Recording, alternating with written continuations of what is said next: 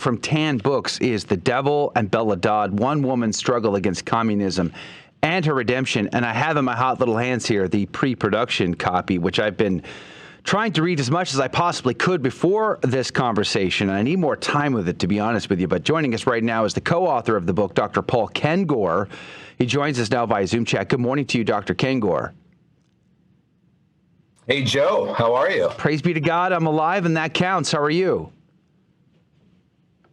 Doing pretty good. Pretty good. I'm glad you're here. This is I've only scratched the surface. I've been trying to read as much as I can. I still need more time with it. There's a lot more to read in this book, but so far I'm really loving what I'm reading. It's written very well, documented extremely well, very balanced, because as you know, and as you state in the book, the debate on Bella Dodd within just Catholic circles is pretty intense. I mean, did she make these claims? Did she not? Did she lie? And can it ever be proven? And I love the fact that you were very honest about that debate. You weren't really trying to pick sides as much as trying to see what the evidence actually says and where that led you. Was there any surprises in your research and your time between you and Dr. Mary Nichols in learning something you didn't know before about Bella Dodd? Well, I was really pleased at how much we were able to document. So first of all, Bella Dodd was really famous. I mean, she was probably one of the 2 or 3 most well-known female ex-communists in the United States, and really the best-known Catholic convert out of communism, which came via Fulton Sheen. I mean, Joe, she testified before Congress over and over and over again in the 50s, 60s, gave talks around the country, but she's most famous, or maybe infamous, right, within Catholic circles, for this claim that's attributed to her, where she supposedly said that she helped infiltrate Catholic seminaries with, quote, over 1,000 communist men, unquote. And that's all over the internet. And some of what's reported on the internet, I've been through this so many times. Someone will send you a link, and it will be like audio of Bella Dodd talking, right? And then on the screen comes the claim, the quote of over 1,000 communist men. But the audio stops, and it's like, wait, where is it? Where is it? Where is she saying it? Right? Yeah. But so we never found audio of her actually saying this, but she apparently said it to Fulton Sheen. She said it to Dietrich von Hildebrand and Alice von Hildebrand. Alice, we interviewed for the book. She died at age 98 just last January. Alice said this over and over and over again, on video, online, in print, in memoirs.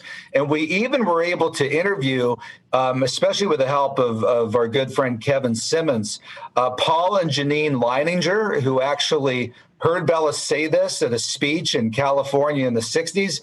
And Joe, they did a sworn affidavit on it, which we quote in the book. And we also met a woman named Sherry Finn, who met Bella with her husband in Plano, Texas, where Bella was teaching in the 60s. Sherry is alive, and Sherry went on record saying that she heard it.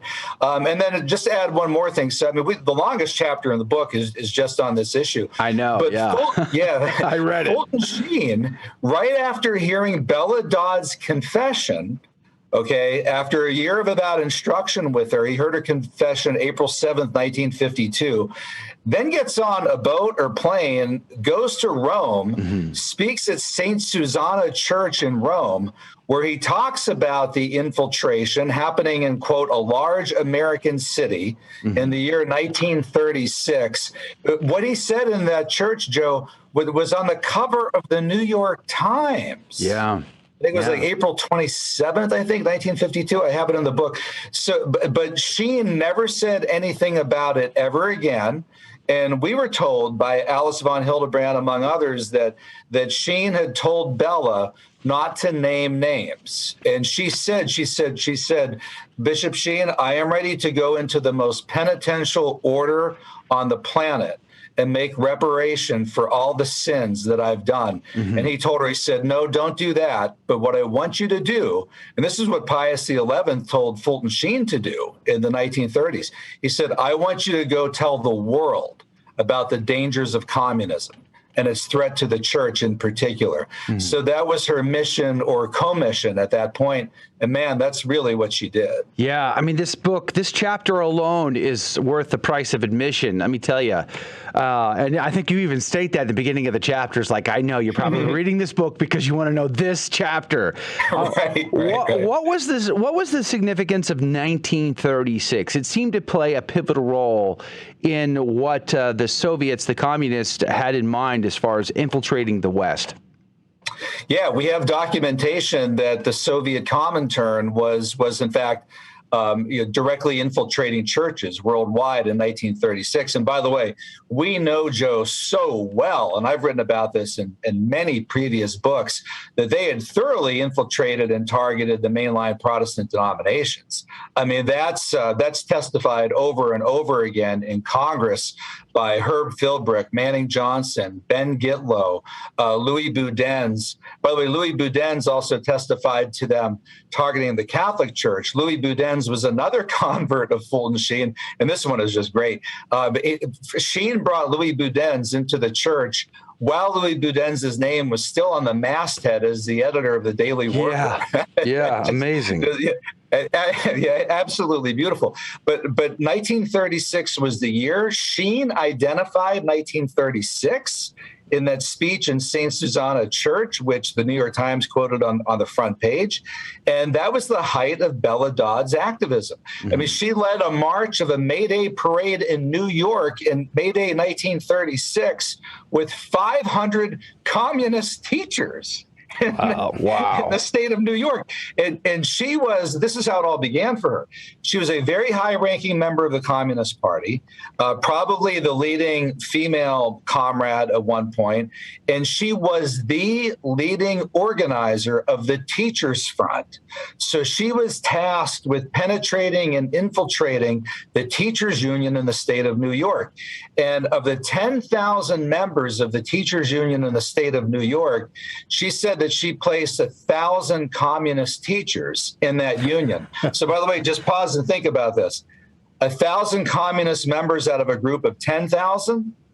Well, and I go through this data in the book, there were about 60,000 priests in America around 1960, around the time of Vatican II. So the party had gone to her and said, oh, great, you placed 1,000 communist teachers in the teachers union. Let's do 1,000 comrades in Catholic seminaries. Bella Dodd would have said, that's a cinch. That's easy. I mean, I got 10% of the teachers union. 1,000 out of 60,000 priests. Sure, I can do that. So she would have considered it completely feasible as something that was not out of the realm of her possibility whatsoever.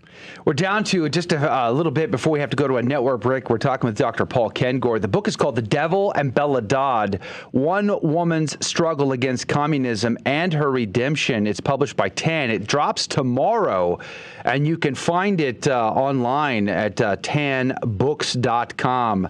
I've got the pre-production copy. I can't wait to get the production copy. The cover looks amazing as well. And there's a lot of questions here. Let me just read this quote before we go to the break real quick. This is from a Soviet propaganda study by the Senate Judiciary Committee. It says, in 1955, a former member of the French Communist Party, Albert Vassarot, revealed that in 1936, Moscow had sent out an order to have sure and careful selected members of the communist youth enter seminaries and become priests. Others infiltrated religious communities, particularly the Dominicans. More coming up next. So let me just set this up real quick, Dr. Kengor. Welcome back, by the way.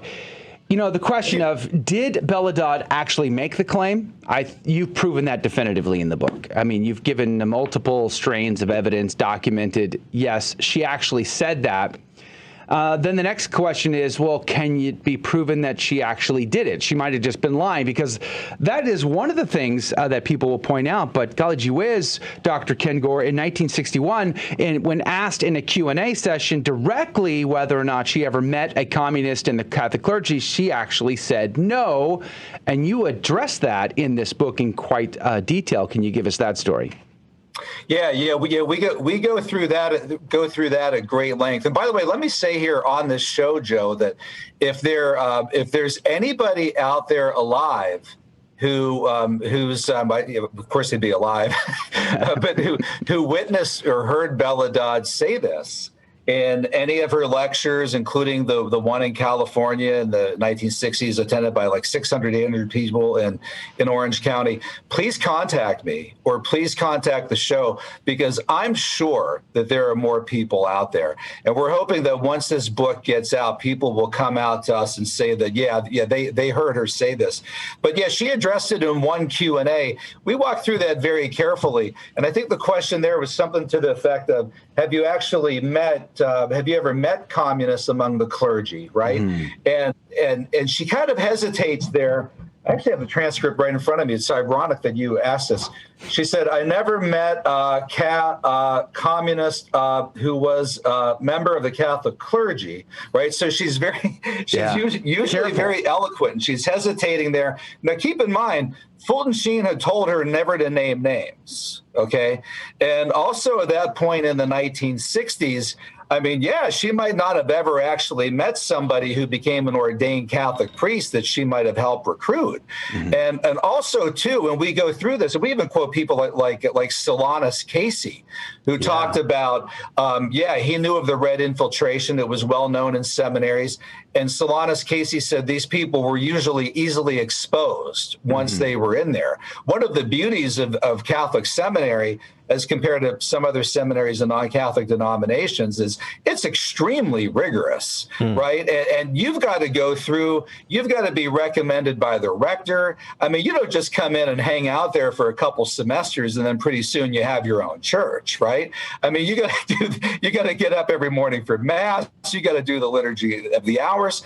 And so how many of these people actually went all the way through and made it all the way through? And then, by the way, by the 1960s, if you were one of those guys that maybe Bella Dodd was in the process of helping to recruit, well, at that moment, she's famous for being this woman who the FBI and the McCarthy committee called her the Falcon.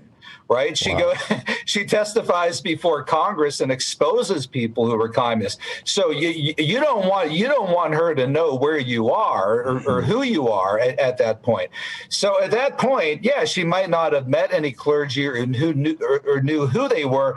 And also, she doesn't tell us what exactly her role was in recruiting. Just like she did for the teachers' unions and other things, she could have been a conduit. She could have been among a number of different people on a committee. I doubt Bella Dodd was sitting there somewhere on the Upper East Side in a building, interviewing and screening and doing multiple interviews with potential infiltrators who went into the priesthood. But she clearly said this. And then the only question is, to what extent were they placed? Did they make it through? And were they successful? The big question I always had on this whole topic was, every time I always heard that Fulton Sheen converted Bella Dodd and she knew of all these communists, I always wanted to know, why did Fulton Sheen seemingly not do anything about this information? It didn't seem like there was this expose or this attempt to uncover these people. And made famous, the book Goodbye, Good Men, is clear that these things were happening, where good men were kicked out of the seminary and bad men were accepted into the seminary. What ended up happening in the church? Because it was very clear about the schools from Bella Dodd, but what had happened in the church with this whole situation? Well, Alice von Hildebrand said that Sheen and Bella Dodd told her that he was just terribly afraid of causing scandal to the church. And so what he did was he just used the pulpit, his TV show, his radio show, his writings. I mean, he wrote books like Communism and the Conscience of the West, which Tan has just reissued, by the way. And I mean, was there any more prominent clergyman ever in history of the United States on the Catholic side who spoke out more against communism than Fulton Sheen. Mm-hmm. So, I mean, he went on an absolute, anti-communist crusade to sound the alarm over and over and over again. So he did what he could, and Bella Dodd did what she could too. So about the only thing that they didn't do was go out and name names, right? Mm-hmm. And again, by that point, I don't even know if she knew who the names were. I should add this too, as somebody whose life has been one researching communism. Communists destroyed lists of everything. They didn't keep any of this. To this day, there is no list of actual members of Communist Party USA. Oh, wow. And ask any communist researcher who was asked, well, how many members did Communist Party USA have? People like the late Herb Romerstein, Ron Radosh, and others. Well, say, well, probably in the height of Communist Party USA membership in the 1930s, I don't know, anywhere from 30,000 to 60,000, 50,000 to 100,000.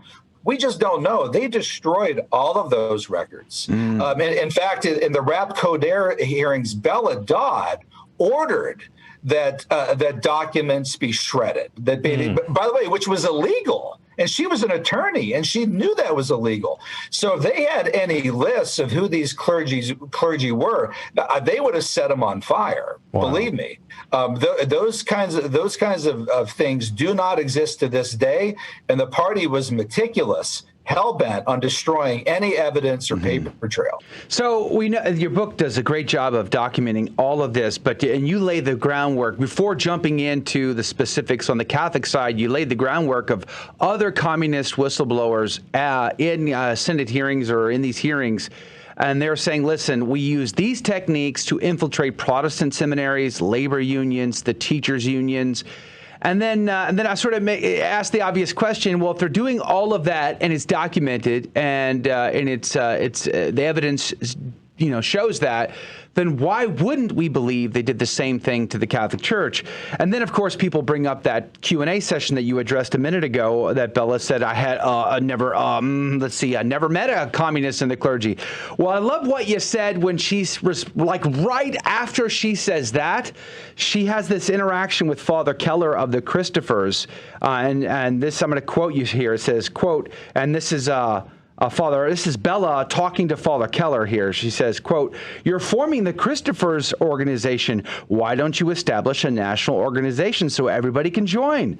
As noted earlier, Keller looked her in the eye and said, "Bella, you should know better. In 3 months, they would infiltrate it, and either they would paralyze it or smear it, make it impossible for us to do anything."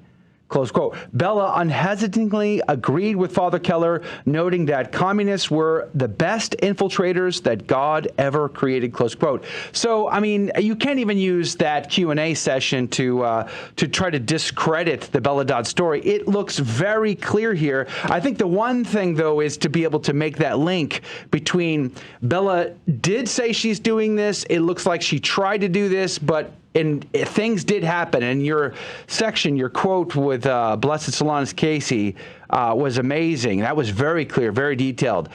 George Weigel points out that there were, bishops on the take at the Vatican during JP2's reign. What's his name? Malachi Martin's Book of the Jesuits details the KGB's involvement. You document the KGB involvement with that the gentleman who came from Prague who defected from the Soviet Union and dimed out the liberation theology movement. I mean, it's all very, very clear. But I think there maybe lacks that smoking gun of Bella Dodd and the evidence of seminarian Bob here was recruited by Bella. That probably doesn't exist.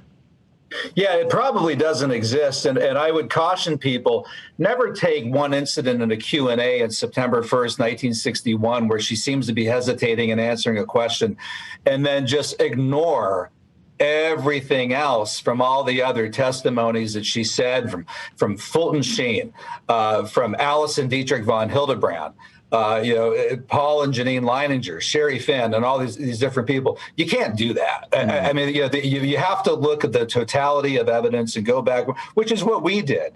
And also too on your point, Joe, we quote in the book Earl Browder, the head of Communist Party USA. who did the infamous outstretched hand to Catholics in the 1930s. And we quote him speaking to seminarians at Union Theological Seminary in New York in 1935. And he says, "You may be surprised to know that we have actual preachers active in churches who are members of the Communist Party." So, I mean, that's the head of Communist Party USA, right? I mean, they've said this. And we quote Manning Johnson, who testified before Congress. And everybody listening, pause and think about this. This is chilling, okay? He said this, and he left the party too. He was a famous African-American ex-communist. He said, "I know from my own experience working in labor organizations, for example, that we had an organization with 10,000 members, and there were only about 60 or 70 communists, and we controlled the organization."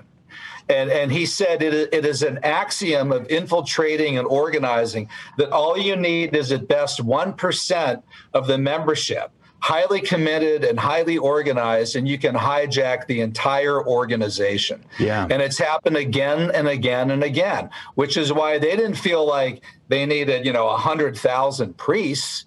You just need a handful in the right places. And by the way, if you recruit 1,000, you're not going to get 1,000. That's another key thing. You're not going to place all 1,000, but if you can get 50 of them in the right places in the Vatican, right? And that's what you need. And you point that out too. You do the math. You're like, okay, 1936. If these guys do make it through seminary, by the time Vatican II comes around, they're monsignors, possibly bishops, and they're having key and pivotal influence in the council itself. And there's a whole section on Vatican II in this book that I got to spend more time on.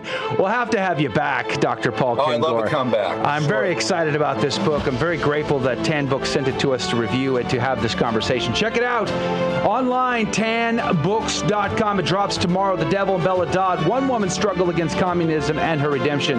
Dr. Paul Kengor, God love you, my brother. Thank you and have a great day. Thank you, Joe. Take care. All right, that's going to do it for hour number one. What a powerful hour. David L. Gray is going to be on the top of the next hour. Mormon Church embracing gay marriage. What's that about? All that plus the game show and much, much more. Go to grnonline.com/CDT.